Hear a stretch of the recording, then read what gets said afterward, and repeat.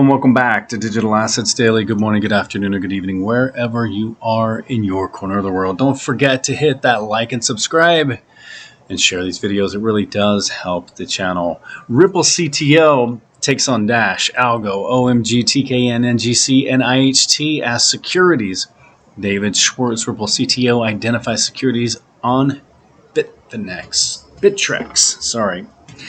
SEC states that most Bittrex-listed cryptocurrencies are securities. Bittrex halts U.S. operations due to regulatory uncertainty and lack of reasonable rules. I'm getting into this story because I want to get into a point. David Schwartz, the CTO of Ripple XRP, recently commented on the current situation of the Bittrex cryptocurrency exchange, which is facing scrutiny from the U.S. SEC. That's really, well, let's go ahead and finish up. David Schwartz basically saying they have a reasonable explanation of a profit, and what that is when you get into the reasonable expectation. Stumbling over my words, my mind's racing so fast watching the SEC all morning, but that's what we're leading into. When you have a reasonable expectation of a profit, now you're getting into the Howey test, and that's where that reasonable expectation of a profit makes it a security according to the SEC. And again, I was going to get into that, but I think I'm going to keep it short. I made a few posts on Twitter. There's nothing new there to investors who've been here. If you've been here for at least 5 years, you've already seen it. If you've been here longer, of course you've seen it. This is old news. If it's an expose, if you're going on to the Congress versus the SEC today, if there is no change, it's irrelevant. It's a waste of time and waste of taxpayers' money. Exposing does nothing except a slap on the face to the investors and the people that the discussion is inferring to in regards of. Because if nothing changed and then you're exposing everything, you're literally just slapping them in the face. So to me, that's all I see at this point. People are saying that Gary Gensler is getting beat. Oh, this is so tough. Yeah, I'm not seeing that whatsoever. I think he's holding his ground extremely solid. And he's, at best being not transparent. But he's holding his ground solid. They're not getting anything out of him. So I'm not sure what you guys are seeing or how you're seeing it or how new or how long you've been here. But that's definitely nothing that I'm seeing. Even sitting back from a neutral perspective, Gary Gensler is ruling that room at this point.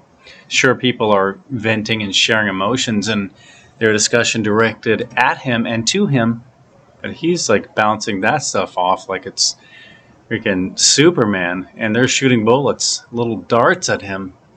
He's not even breaking a sweat. He's hardly even getting emotional in this. He's just standing there cool, calm, and collective.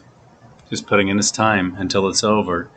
So either which way, as I've said on Twitter earlier, if there is no change, then it was a waste of time and taxpayer money. So moving on, Ripple's chief legal officer explains the reason for absence of XRP in the liquidity hub. And since launching its liquidity hub last week, Ripple has been making waves in the cryptocurrency world due to the omission of its native cryptocurrency in the product. The blockchain company launched its liquidity hub for businesses to bridge the gap between cryptocurrencies and fiat, mentioning BTC, ETH, LTC, ETC, USDC, and BCH as part of the pilot program and leaving out XRP, Crypto reported. So the omission surprised many and drew criticism from the community, from Ripple, forcing Ripple's chief legal officer, Stuart Alderoty, to explain the odd situation in a thread of tweets Monday. Alderoty clarified that Liquidity Hub is an enterprise product aimed at institutional customers rather than retail investors, stating, LH was built to access all kinds of crypto liquidity, not just XRP. Our target LH customers today, mainly institutions in the U.S., want access to a variety of tokens like BTC, ETH, and stablecoins. We're here to serve customers' demand, said Alderoty. He said Ripple's product team has been clear about this from the outset. And we have been clear about that from the beginning of this channel. If you follow this channel, no one here would be in that group of discussion in regards to this article, because we've been very, very clear repeating what Ripple has been stating from day one. And again, that's not a big deal. We were all clear and aware of everything in that discussion. So experts predict major market shifts once XRP is classified as a non-security. Renowned trader of Alpha believes the event could trigger an uptrend for the top 300 assets in the crypto market, and experts assert that XRP's classification as a non-security could potentially spark a market-wide rally. As the legal tussle between Ripple and the US SEC draws to a close, market watchers are closely monitoring the situation and making predictions about how the broader crypto market will respond to the final verdict. Excuse me. So, in the tweet, it's basically saying the best possible news you could be hoping for right now as a crypto trader is a positive resolution for the Ripple case. If you get a headline that XRP in its current form is not a security, we'll likely be sending it and the rest of the top 300 to Valhalla. Agreed, because everything is done that we've been waiting for the past 8 years. The final little, dotting the I and crossing the T would be the case ending, so the U.S. can have official regulatory clarity. Because again, you go to Brad Garlinghouse said 95% of its customers are outside the U.S. They have 90% of FX, and over 50% of that is on ODM. So they're basically, if they're going to stay in the U.S., just waiting for that clarity.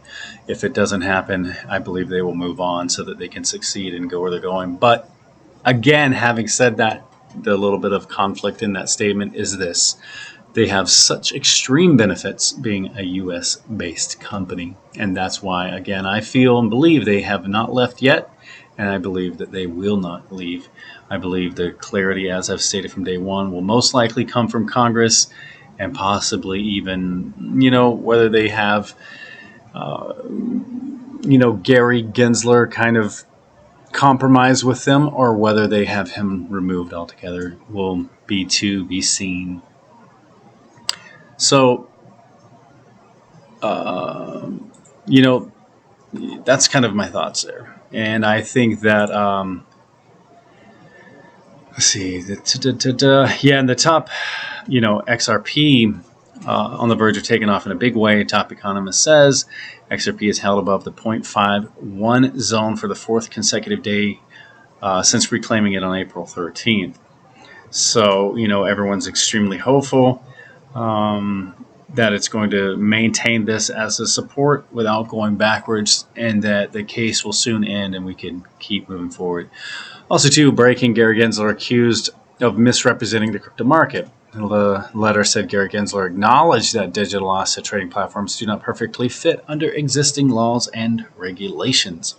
So House Republican Committee under leadership of Patrick McHenry, which is we've been seeing today if you've been paying attention and watching, chairman of the U.S. House Committee on Financial Services, came out heavily in criticism of U.S. SEC Chairman Gary Gensler. And in a letter, Gensler, ahead of the hearing before the House Financial Services Committee later on, which is today, Gary Gensler was testifying before the committee on the oversight of the SEC. And again, this is where I say, not even need to keep going into that if you're watching it live. But the point is, if there is no change, again, today would be useless for anyone, especially retail investors.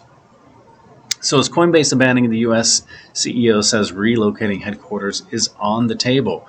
Coinbase CEO Brian Armstrong's recent statements at London FinTech Conference have sparked rumors that the company may relocate its headquarters from San Francisco to more crypto-friendly country like the UK. Stellar also takes a lead in a billion-dollar market. Tempo France and N-Tokens revolutionize remittances to Brazil. Partnership to enable remittances from EU to over 170 Brazilian banks. Transfer Tech relies on Stellar blockchain for the speed, transparency, and its low cost. Also, Stellar's ISO 20022 support opens trillion-dollar market for financial sector transfers on the XLM blockchain. BP Ventures has completed the development for support of ISO 20022 on the Stellar blockchain, and this development will allow trillions of dollars worth of financial sector transfer volume to migrate to the Stellar network. And boom, boom, boom, Stellar Lumens. Reserve Bank of Australia is to pilot the EAUDD stablecoin in a billion-dollar market.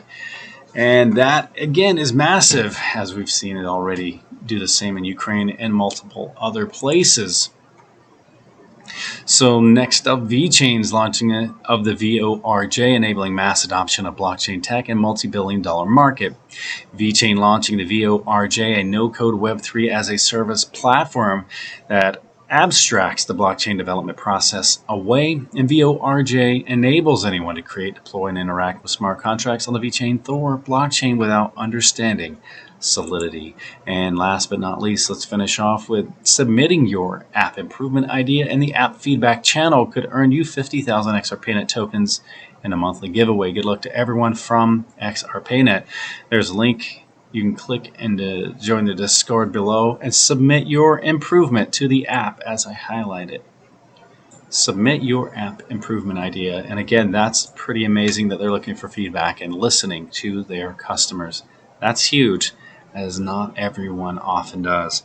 Excited also too with XRPayNet. Every day gets a day closer for the new updates for the XRPayNet app and for the new crypto card that is soon to be released. And I'm personally very, very excited with that. And again, what's so amazing with the app is it has over 90,000 trading pairs. And guys, remember, this is not financial advice. It's for entertainment purposes only. But as always, before we go, I want to leave you with a final thought. Before I finalize with today's thought, I want to go into a little history here. As today's, inspirational thought is coming from a statement made by Rosa Parks. Not a lot of people understand, even throughout history, that 9 months before Rosa Parks, you had Claudette Colvin, who basically did the same thing at 15 years old, which led the way and paved the way for Rosa Parks to do what she did.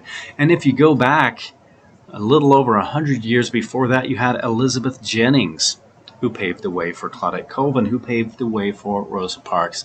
And like life, there's always somebody who did it before the somebody who actually got the credit. So as I leave you guys today, I want you to think, we will fail when we fail to try.